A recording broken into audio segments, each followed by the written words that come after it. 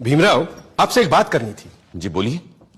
आपने तो देखा ही है सभा में कितने लोग सरकारी नौकरियों में आरक्षण का विरोध कर रहे हैं। अब अगर शेड्यूल कास्ट और शेड्यूल ट्राइब वालों को आरक्षण दिया गया तो आप तो जानते ही हैं फिर सिख, ईसाई, पारसी, मुसलमान कोई पीछे नहीं रह जाएगा। मगर सिख, ईसाई, पारसी, मुसलमान किसी और का मुकाबला अनुसूचित जनजातियों के साथ नहीं हो सकता।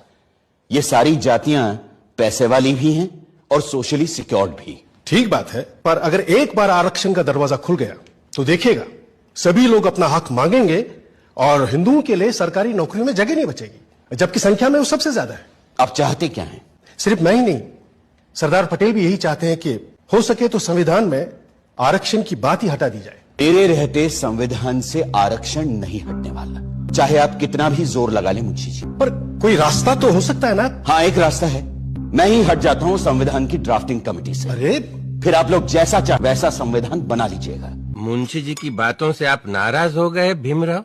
लेकिन वो तो आपकी बात लेकर आए थे मेरे पास, इसीलिए मैंने कहा मैं ही ड्राफ्टिंग कमेटी से हट जाता हूं। आप तो जानते हैं कांग्रेस क्या पूरे भारत में दूसरा और कोई है ही नहीं हमारे संविधान को आकार दे सके।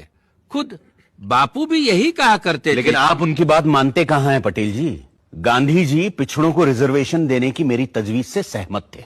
पंडित नेहरू ने तो पंडित होते हुए भी ये कहा, सदियों से हिंदुओं ने ये अछूतों और आदिम जातियों को बेबसी, दरिद्रता और अशिक्षा में रखा। फिर अगर हमें उन्हें सबके साथ बराबर लाना है तो हमें उन्हें स्पेशल ट्रीटमेंट देना ही होगा। आपकी बात सही है, पर आप तो जानते हैं कि बड़े पदों पर हम मेरिट के आधार पर ही लोगों को ले पाएंगे। तो फिर क्लर्कों की नौकरी के लिए इतना बड़ा जोखिम उठाना? जोखिम?